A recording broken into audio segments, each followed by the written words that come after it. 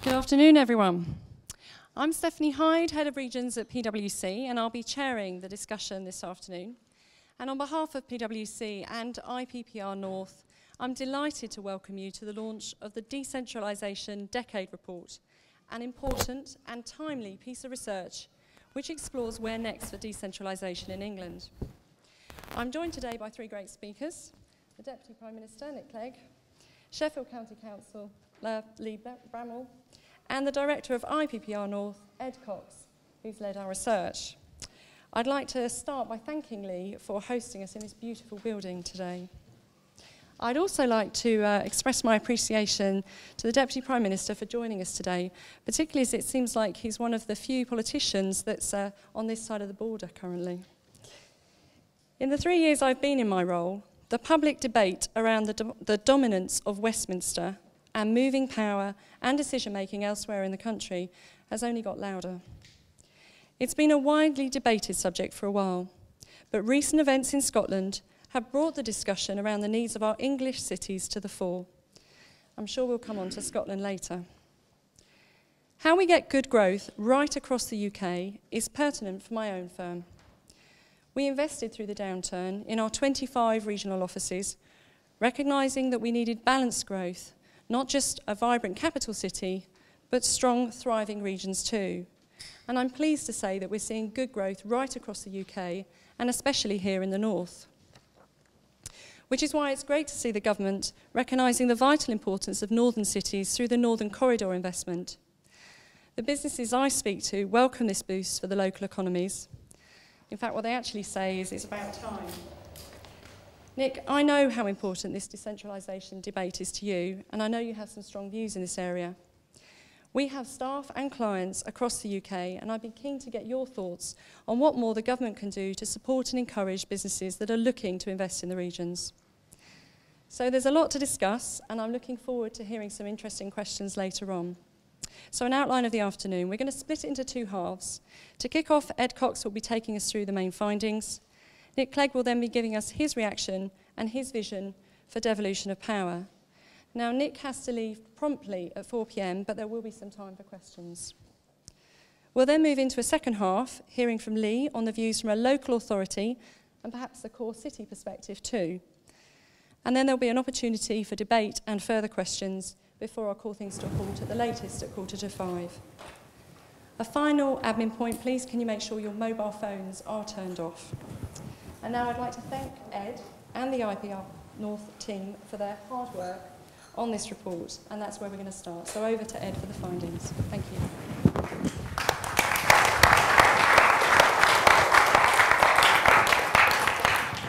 Thanks very much, Stephanie. And if I may, I just to start with a few thank yous. I'd like to thank Stephanie and PwC colleagues for supporting our work. That's been really beneficial. I want to thank my IPPR North colleagues for helping me write the report and do the substantive research that's there within it.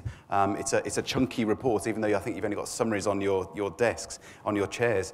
I'd like to thank DPM for coming along this afternoon and helping us to launch it, Sheffield for hosting it, and thank you all for coming along on a Friday afternoon. I know it's not necessarily the best time to call a big meeting to talk about decentralisation, but you must be real champions for the cause to turn out on a Friday afternoon. And as I say, it's a detailed report. There's new primary research in there. There is a lot of gathering together research about decentralisation from a range of different countries.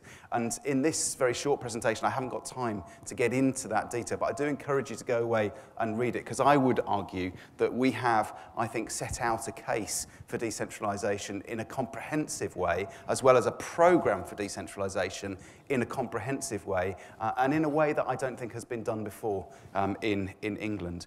But before I get on to what we're actually proposing, I want to just say a few words about why we think decentralisation is so important in England. I guess were it not for Scotland and the Scottish referendum, it's unlikely that this kind of report would actually get the attention that it's getting today. But we believe that the devolution that's been promised to Scotland by all political parties who don't find fault in a decentralisation argument in Scotland is equally urgent in England. And we believe this for three main reasons. First of all, and crucially, economically, our second-tier cities, like Sheffield, have huge potential to grow still further than they are at the moment. City deals have been a step forward, but I still think that there is so much more that our key and core cities can do. So much more they could do if they had greater powers and responsibilities, especially fiscal powers, that we see the likes of in cities in, say, the US or continental Europe.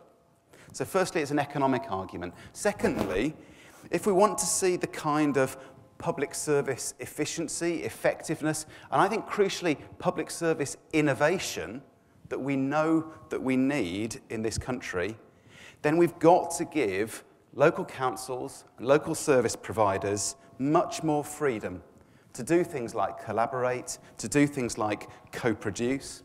And that means that Whitehall departments and ministers have got to let go. I know that there is a fear of what we in this country very often refer to as postcode lotteries. But this report draws on substantial international evidence now, which shows that it's actually centralisation which is the principal cause of inefficiency in services and inequality in communities in this country. And there's new research which shows that it's the most decentralised developed nations that are actually now the most equal and the most happy.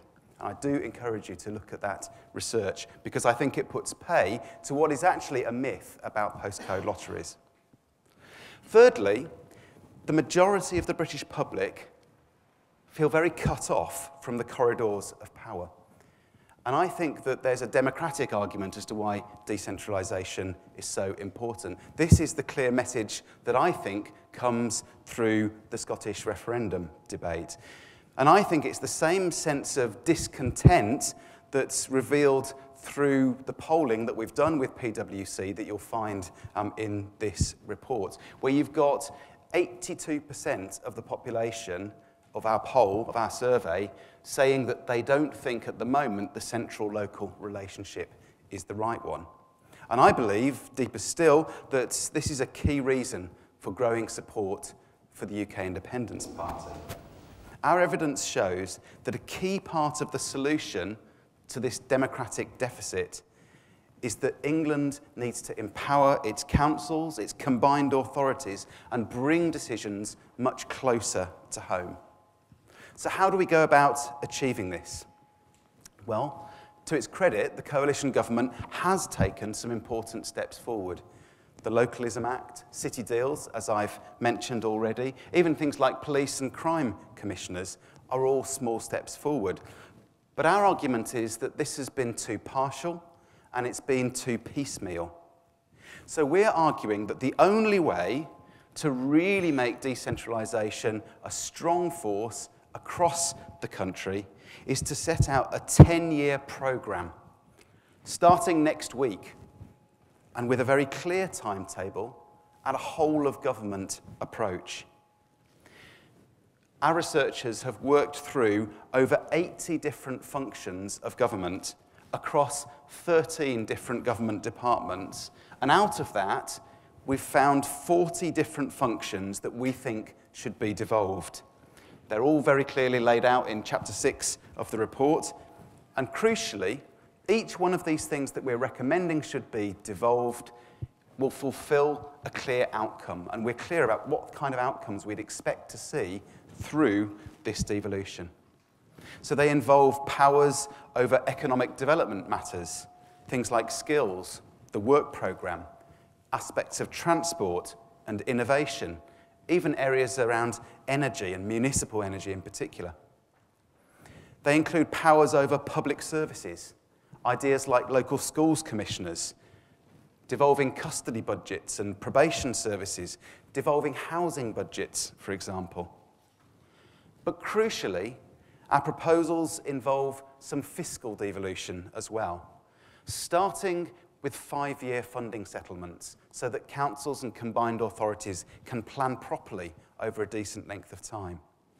Lifting freezes and caps on council tax, devolving business rates and property taxes, even in the long term, assigning a proportion of income tax to the local level. This isn't balmy. We're promising this to Wales and to Scotland, so why not combined authorities in this country?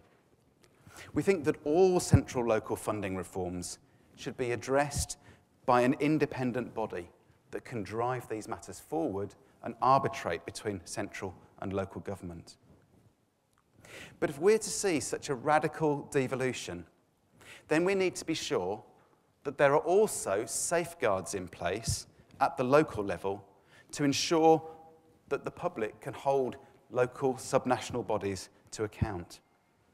Now, we're not arguing for significant changes to subnational governance and architecture, but we think that there are some small changes which are needed. First of all, we're saying that we need a new wave of combined authorities. We have 5 already, but we think there's scope for a lot more, including what we call county combined authorities in 2-tier areas, where counties and their districts can find new ways of working together to enable that economic development, that public service reform that we're arguing for. Secondly, we think that combined authorities need to set out clear plans for their partnership working, their architecture, their arrangements, showing, for example, how local enterprise partnerships fit in to the overall architecture of their city region or their area. And thirdly, we think that combined authorities and local authorities, if they're going to have more fiscal powers, need to set out plans for enhancing their democratic accountability. The media, in the different interviews that I've done today about this report, are obsessed with metro mayors. We think they're a good idea, but we know that they're not the only model of enhancing democratic accountability. And in our report, we set out a number of things that we think combined authorities could do to improve their accountability to local citizens, including, for example, local public accounts committees. Finally, and I don't think there's any reason why we shouldn't do this in the first legislative programme of the next government, we think that decentralisation has to be underpinned by new legislation to strengthen the constitutional status of local government and its subnational partners. When we've interviewed Whitehall officials, this seems to be one of the biggest problems that we face as we try to wheedle powers out of Whitehall. They don't recognise the authority and the legitimacy of local government in the first place. So just as we have had Scotland and Wales Acts, so we need an England Act, for example, to enshrine once and for all the constitutional autonomy of English local government. Go to many other continental European countries, and they would just expect that to be there. But in this country, we just don't have that. So whatever happens next week in Scotland, the Scottish people will get more powers to shape their own destiny, and England will fall further behind. We believe that Scotland's devolutionary moment should also be England's devolutionary moment, and our report sets out a blueprint as to why and what and how this can happen. Thank you. Thank you, Ed. Thank you, Ed. And we'll now hear from the Deputy Prime Minister, Nick Clegg. Thank you, Stephanie. Thank you. Oh, I have to unmute myself. There you go. Am I unmuted? Yes, very good. Thank you very, very much for inviting me to this very important event. And thank you all for being here in this magnificent location, of which everyone is very proud in Sheffield. Good to see you, Lee. And thank you to IPPR North for all the work on this really outstanding report, which, of course, is impeccable in its timing, never mind the wisdom of its contents. If ever there was a time to push for action on decentralisation, it is, as Ed just said, right now. As you all know, my party, the Liberal Democrats, we've been setting out ideas about how an increasingly federalised United Kingdom could work for many, many years. You only need to look at how the Scottish referendum debate has re-energised people's interests and engagement in politics over the last few weeks to see that this is an idea whose time has now finally come.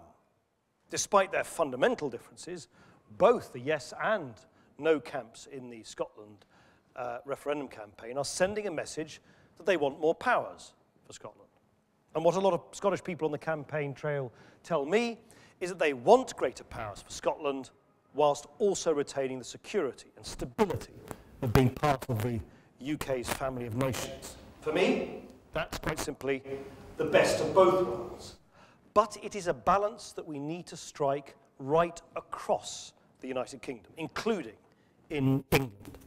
In many ways, that has been the forgotten bit of the puzzle. Over the last few days, weeks rather, or decades rather, we've seen a wave upon wave of new powers shifting out to every nation in the UK, but much less so in England. 4 years ago, in the wake of the terrible financial crisis of 2008, it was clear that this old centralised model had failed. For decades, we've had successive governments from both left and right, concentrating power in Whitehall and relying too much on the City of London's profits to power the rest of our country's economy. Instead of helping our great cities, like Sheffield, to stand on their own 2 feet by driving private enterprise and creating opportunity across every region, governments recycled the revenues from an overheated banking and financial system, a bit like sticking plaster, subsidising an unsustainable boom in public sector employment. This meant that when the city's engine, the City of London's engine, went into meltdown, it took the rest of our economy with it. The facts speak for themselves. For every 10 private sector jobs created in the South, under 10 years of the last government, there was only 1 private sector job created in the North. At the same time, the importance of British manufacturing was allowed to decline 3 times faster than it did under Margaret Thatcher. So when we joined this coalition, my party, myself, we were focused on seeking to change that, rebalancing the UK's economy to ensure that every city, town and region has the necessary resources and support they need to succeed. This included giving more powers and controls back to our local leaders and communities, most critically, to shape their own economic future. We've always believed that the people who live and work in a local community know far more about the strength, character and needs of that area than any minister or official shut off in Whitehall ever could.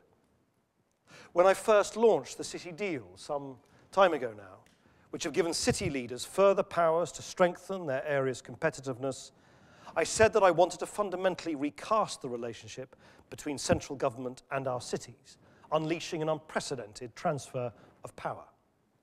Of course, it hasn't always been easy, because we're trying to overturn decades of power grabs and diktats from the centre. Yet we have succeeded, unlike many governments before, in delivering or starting to deliver real power and control to local areas. We've passed the Localism Act, giving more legal powers to local people, communities and councils to help them do what they think is best for their local areas. We've localised business rates, enabling communities to benefit more as their local economy grows. Our tax increment financing reforms give local authorities the opportunity to borrow funds for vital local infrastructure projects against future business rates.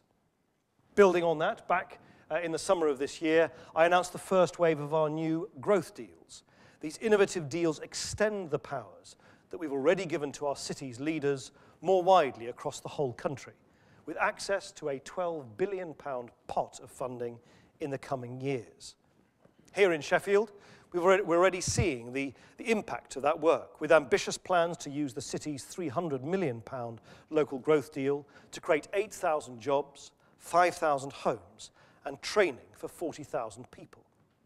This includes supporting over £790 million worth of infrastructure projects, such as improvements to the city centre, boosting transport links and building new housing, as well as creating a new £130 million skills bank.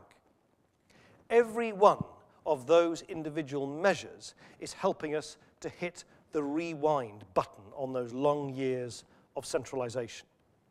Yet we know that this is just the start of a long, long journey to hardwire localism back into Britain's political DNA. And the excellent report today from IPPR North shows us how much further we could go in the years ahead. With a new consensus now emerging amongst the UK's three main political parties to extend devolution and decentralisation in the future, I believe we can push forward in realising our ambitions for a stronger, fairer and more balanced Britain. The reality is that our great cities, Sheffield, Newcastle, Glasgow, Leeds, aren't just competing with each other for investment. They've also got to stand up against other global cities like Frankfurt, Sao Paulo, Madrid, Shanghai. Just a couple of weeks ago, I was leading a UK trade delegation to India and visited Bangalore. And what I saw there was a city extraordinarily ambitious for its own future, investing in the infrastructure and people it needs to become the world's leading tech city. In the same way, here in the UK, we need to think about how we can exploit the greater local powers we've created to accelerate economic growth across the north. And that's why I've launched a new Northern Futures project. This is an open call to local leaders, businesses and experts in housing, transport, planning, science and education across the north of England to answer this fundamental question. How do we build on the strengths in the north to create an economic core in the heart of the region that can compete with the biggest cities and regions in the world? All of us have ideas. IPPR's new report is full of them, and I want to ensure that the coalition government can capture and develop them with you. For me, three main points stand out from the recommendations from IPPR and more generally from the debate. Firstly, the need to take an asymmetrical approach to decentralisation, not to be excessively neat and prescriptive in how it unfolds in one area compared to others. And this is what we've tried to do with our city and growth deals, and we should build on in the future. Secondly, the report highlights the importance of accountability. I believe this can come, as Ed said, in many different forms. It doesn't necessarily need to be the introduction of elected city region mayors. I think the best solutions need to be pragmatic and driven by the local people they impact. Finally, and crucially, financial decentralisation. We know that there will be no return to the big public spending of the past anytime soon, whichever party is in power after the general election. As a result, central government has to give local leaders the greater flexibility they need to support their communities in the best way they can during these constrained times. Over the coming weeks, we're holding a series of events across the north of the country to gather people's views on these and other issues, culminating in an economic summit to be held in early November, and I hope to see you all there. So let's start that conversation today on the basis of IPPR's excellent report. I want to hear your ideas about how we can kickstart and sustain this revival of our great northern giants. Thank you very much.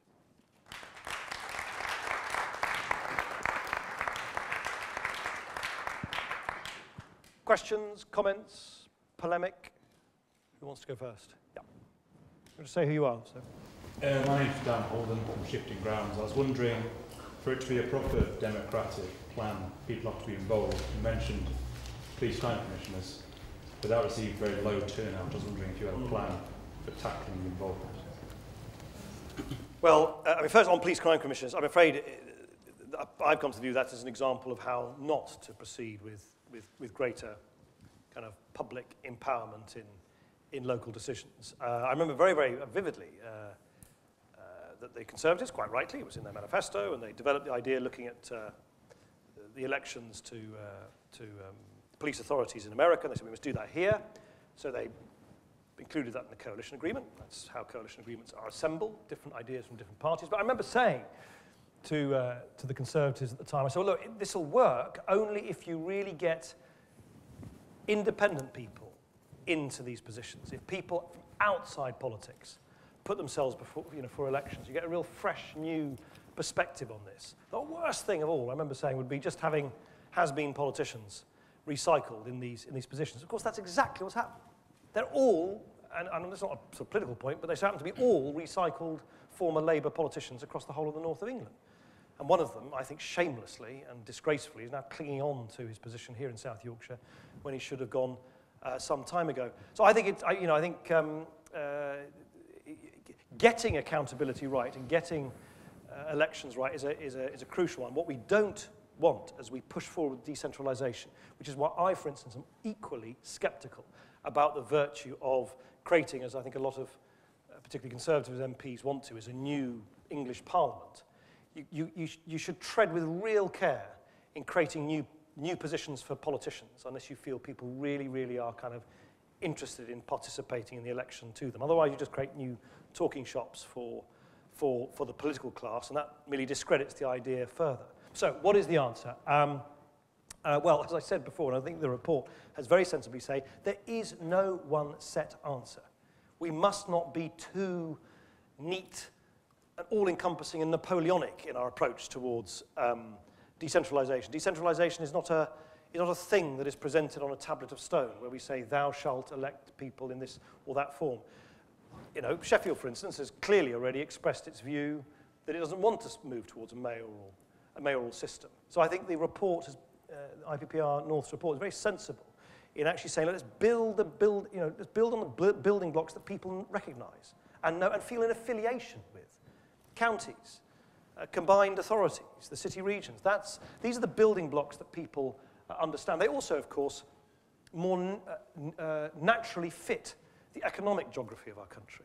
What I always felt as an MP with a constituency over in the southwest of this city, which borders on Derbyshire, was how ludicrous it was, given that the kind of economic hinterland for many of my constituencies, Derbyshire and Chesterfield, to have a regional approach, under the old regional approach, which basically says, no, Derbyshire has nothing to do with us. It had everything to do with Sheffield. Sheffield has much more to do with, Chesterfield than it does with North Yorkshire, and yet the old approach was that somehow there was a border between the two. So I think we are, by hook or by crook, starting to build entities, LEPs, combined authorities, city regions, and so on, which fit the natural economic and political landscape that people recognise.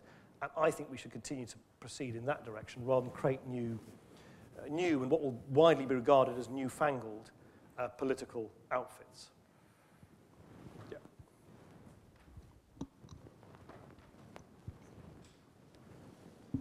Richard Johnson from Public Finance magazine. You mentioned fiscal powers in your speech and tax increment finance powers, for example, but those haven't been terribly widely used to date.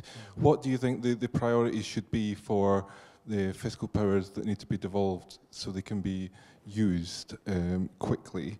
And what more can you say about kind of accountability for public money? If the settlement is asymmetrical, there would still need to be, I assume, kind of procedures to ensure public cash is spent well. Yes.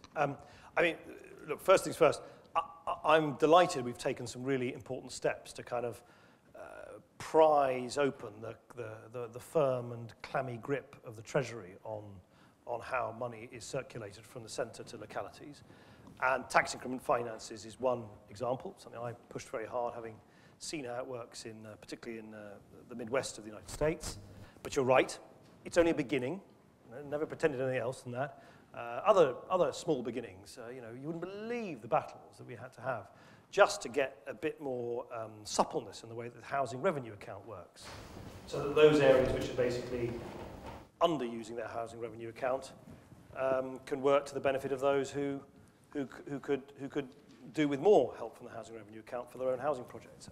Actually, the most significant one of all is, of course, the 50% retention of business rates. That's probably the most significant act of fiscal decentralisation we've seen in this country in a long, long, long period of time.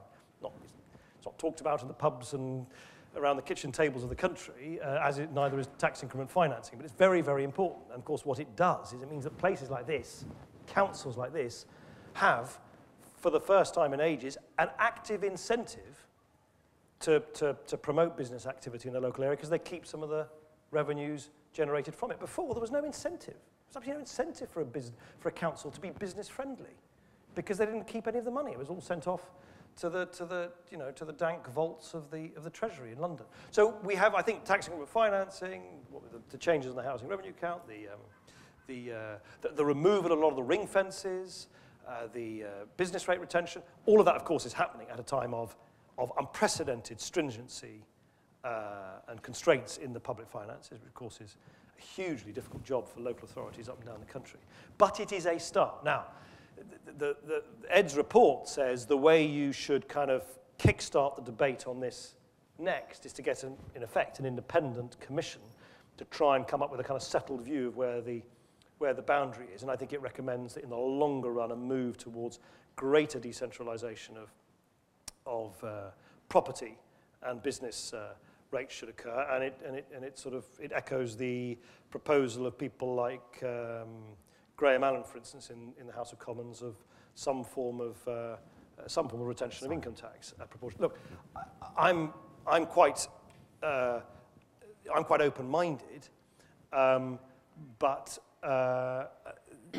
I'm attracted to the idea that having made a start, we've got the wheels rolling. Just, and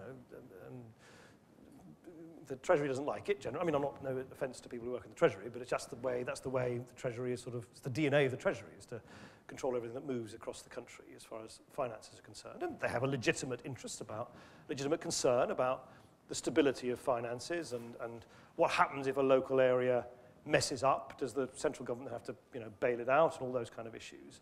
But it's clear to me now the cat's out of the bag. We've broken the spell. That's what we've done over the last few years. I wouldn't say much more than that, but it's a very important thing. We've broken the spell that said that everything needs to be run financially from the Treasury. And I think the next step, as recommended by this report, that you have an independent commission saying, right, now let's try and build a consensus around what the flight path is over the next 2 parliaments towards much greater fiscal decentralisation is crucial. And that needs to be accompanied, of course, as Ed and I were just discussing very briefly beforehand, that will always need to be accompanied by some kind of equalisation mechanism. You can't have, whilst I passionately agree with Ed's observation, that actually counterintuitively the most decentralised countries are often the most equal. We've tested to destruction as a country the idea that you spread equality by doing everything from the centre. And in fact, we end up doing exactly the reverse. But nonetheless, we do live in a country which is profoundly unequal in all sorts of respects, where of course you need a continued mechanism by which the better off parts of the country help out the less better off parts. It can be done, if it can be done through the suggestion that the IPPR North report has suggested, that would be a fantastic breakthrough immediately after the next general election. Yeah, James. Yep, there it is. James Newman, Chairman of the Sheffield City Region Local Enterprise Partnership and Finance Yorkshire. We've heard a lot in the report about what the public sector are going to do. But growth is only going to come from the private sector. I think everybody needs to recognise that. And I find it very difficult in here. We talked about engagement. You need to engage the private sector, and they need to be involved in all of these activities, all of these commissions, combined authorities. We're very fortunate. We do have a private sector member of the combined authority as such. But the private sector needs to take a place because they are the ones that are going to lead the growth, not the public sector. The public sector have an important part to play, and they have an important part to play in accountability. So I'm really looking for anything that moves forward on this, for the government to recognise the place of the private sector in this, and really to decide whether it is in your terms, Ed, whether it is delegating, which it is currently doing. In other words, it's giving us some money and saying, please get on and spend the money how we would want you to do it, but you go and do it, or devolving the money. And that's the crucial bit. If we are going to be like Scotland, then we need devolution, we don't need delegation. No, fair points, both of them. And Ed might want to say something for himself about the contents of the report. First, your basic assertion that particularly places like South Yorkshire, which became, in my view, perilously over-reliant on centralised subsidies from central government. I mean, so much so, by the way, we had the ludicrous situation that under the boom years, just a few years ago, before the 2008 crash, Birmingham, massive city, hugely significant, private sector employment declined. Private sector employment declined because you had a whole bunch of regions and economies and cities and communities that basically thought that the fundamental kind of deal was private sector growth in the south is transferred through subsidies into an increasingly large public sector payroll in the north. Well, it of course came to a crashing halt in 2008 in the way that I described earlier, but it was also, it's economically unbalanced, it's socially imbalanced, it's also based on a very patronizing view that you run an economy of the complexity of ours through basically keeping the more disadvantaged parts of the country happy through great transfers from central government, which were all, of course, the playthings of the politicians of the day. So it is a fantastic thing that in a relatively short period of time, in a blaze of controversy and anguish and debate and so on, and yes, unprecedented fiscal constraint, we're actually seeing a real rebirth in private sector employment in places like Sheffield and South Yorkshire. We've now got the lowest number of young people who are NEETs ever in this city's sort of recorded, in modern times. You've got an increase in employment, particularly in the private sector. Private sector employment, thankfully, has outstripped the cutbacks in the public sector. So you're quite right. The locomotive of this, beyond all the constitutional issues that are discussed and we've already been discussing, is in a sense, for places like this, a shift from an over-dependent sub-regional economy, over-dependent on central government, in effect, for handouts, towards one which it can stand more on its own 2 feet, much more diverse, and there's a much more balanced mix between private and public sector. And that's why the LEPs are as important as there are, and your role is as important as it is. And I think none of this will be possible without the private sector expressing its voice and participating. But most of this should be very welcome to the private sector, because what I hear as a local MP for the last decade or so, over and over and over again from people like you, and you and I have had thousands of conversations over the years, James, is why is Department X prescribing policy Z? It doesn't make any sense for us here. Now, to your second point, I think it's a little bit unkind to say that what has been done is all just about kind of delegating and saying do what we say. As you know, and you've been involved in it, it's a slight sort of hybrid model, which is basically with the growth deals, central government has said, here's this pot of money, £12 billion over this period of time. Show us that you're going to make best use of it. And actually, central government, because I've insisted on this, being relatively hands-off about how, but not unreasonably on behalf of taxpayers. We've said you at least got to show you're going to make a decent fist of using this, using this money effectively. And we have, I think, to be fair with these growth deals, and indeed the city deals before that, it's been a pretty dispersed arrangement. The city deal here in Sheffield is quite different to the city deal in Manchester, for instance. The earn-back model in Manchester, which I certainly think is one of the more interesting and radical precedents set through the city deal process. For those of you who don't know, it's basically a new financial mechanism by which the Greater Manchester Authority retains revenues from infrastructure, transport infrastructure investments, rather than have those revenues sent back to the Treasury in order to recycle them back into further transport infrastructure investment. It's quite different to the city deal that you were instrumental in assembling. So I think, I think it's a slightly, but I agree with you, in the long run, it shouldn't be about even that competitive process, if you like, where the central government holds the ring. It should be, as Ed's report has set out, something altogether more decentralised. Yeah. Hi, Lee Strafford, tech entrepreneur, passionate about the North. As you know, Nick, I've been working on this tech agenda for a long while. You mentioned Bangalore. Bangalore, from an assets and infrastructure perspective, is comparable to the whole of the north of England when you look at the metropolitan population and what they're doing in terms of contributing to the tech agenda globally. When you look at London as well, by prioritising entrepreneurship and recognising that the digital economy is driving transformation across the board, they've enjoyed 27% net new job growth in London, driven by embracing that. The challenge I see is that when you look at the north, because of this legacy agenda, because of these borders, there isn't the collaboration in place to unleash the assets across the north. Now, just put that in cold context. There are as many people working in the, quote, digital economy in the north of England as there are in London. So the question is, what's it going to take to incentivise the public sector and the LEPs to leverage that asset and grow it? Well, firstly, the dilemma you describe, I saw lots of people nodding, is one that I think, again, it's really refreshing. Not only is there now a sort of, you know, a kind of outburst of ecumenical political consensus about the virtues of decentralisation, which has eluded, you know, the political parties for a long period of time.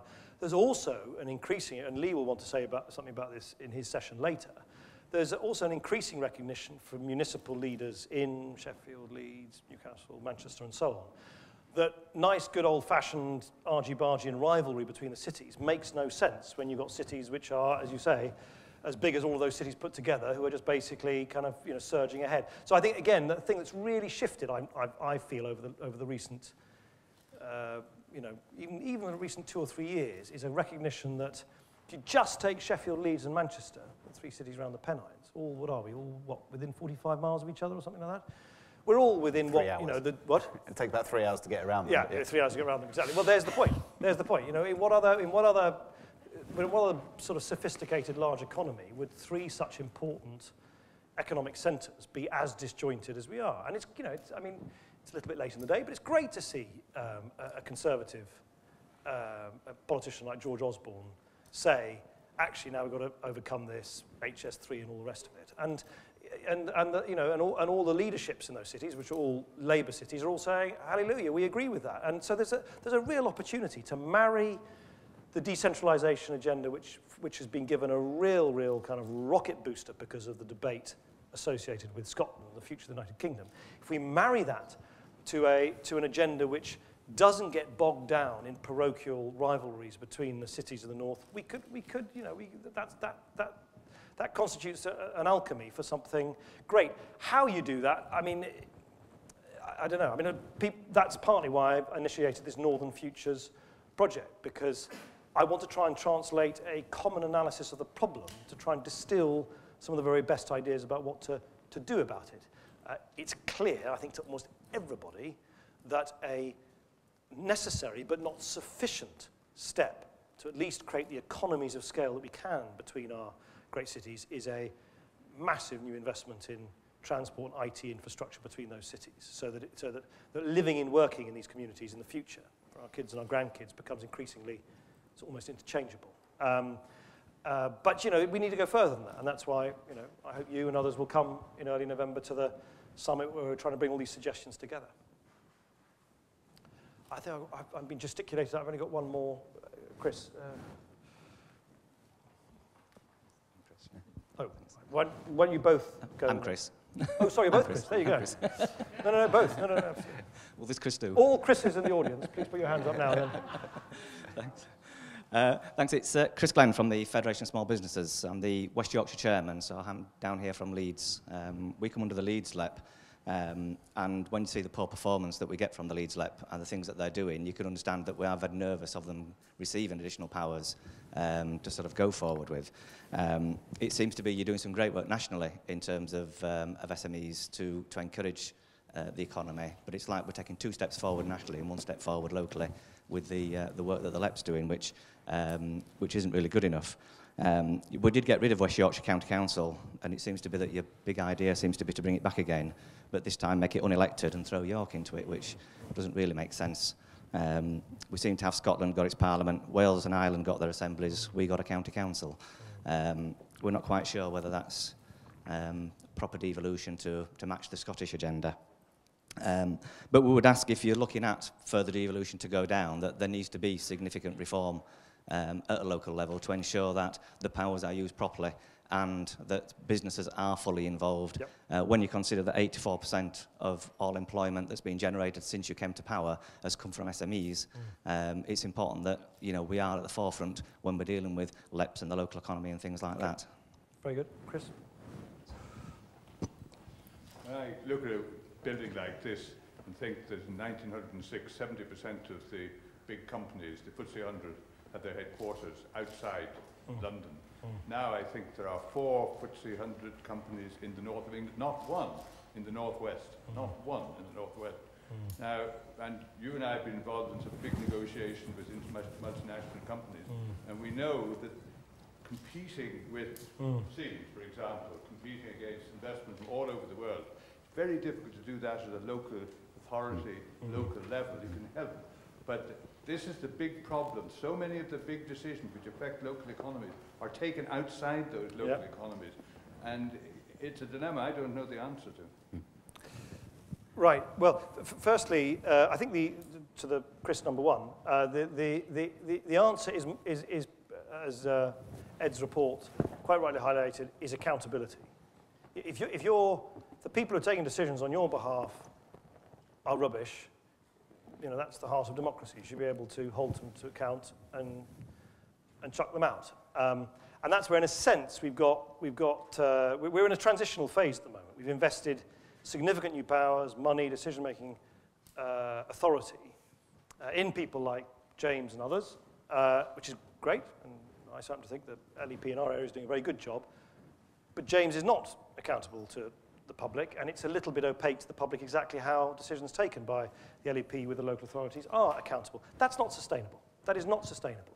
And that's why, as long as we're not too precious about which model, some people just, I think, kind of get mayoral religion on the brain and say it all has to be decided through. There are some mayors who are brilliant.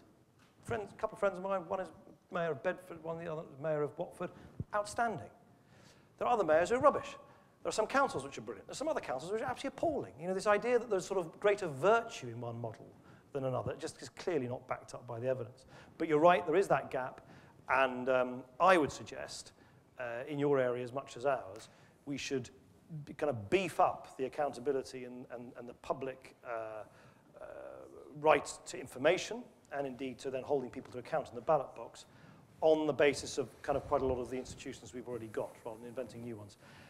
Chris, I don't know. I mean, you're quite right. You and I have been sort of, from slightly different angles, very heavily involved in I think what you're alluding to is the Siemens decisions, but thankfully, finally, their thumbs up to that very significant investment in the Humber. What did I learn from that lesson? I learned from that lesson is that we only really cut through to the kind of board members who are making that decision. You say they're outside the local area, they're outside this country. They're in where is the Siemens board? Is it Berlin? Yeah, Munich. We only really cut through when this is the problem. It's kind of almost, it ended up being almost re-centralized again. It ended up really cutting through when the Prime Minister, myself and others, got all the departments together in the Whitehall and the local authorities and the LEPs and said, right, we're just going to put one single proposition to the German board members and send out and they, by the way, as you know, they kind of wanted a signal that central government took it seriously. And so what one would hope is that over time, the Siemens of 2030, rather than the Siemens of 2014, would be satisfied by some of the commitments they're getting from the then combined authority, who've got far greater autonomy in how they raise money, how they provide incentives, how they provide industrial support to that investment, than they're presently only getting from central government. I must stop blathering, but can I just thank you very, very much indeed, and thank, again, on all of our behalves, PwC, but also Ed and his outstanding team at IPPR North. Thank you. Are you staying? Yeah.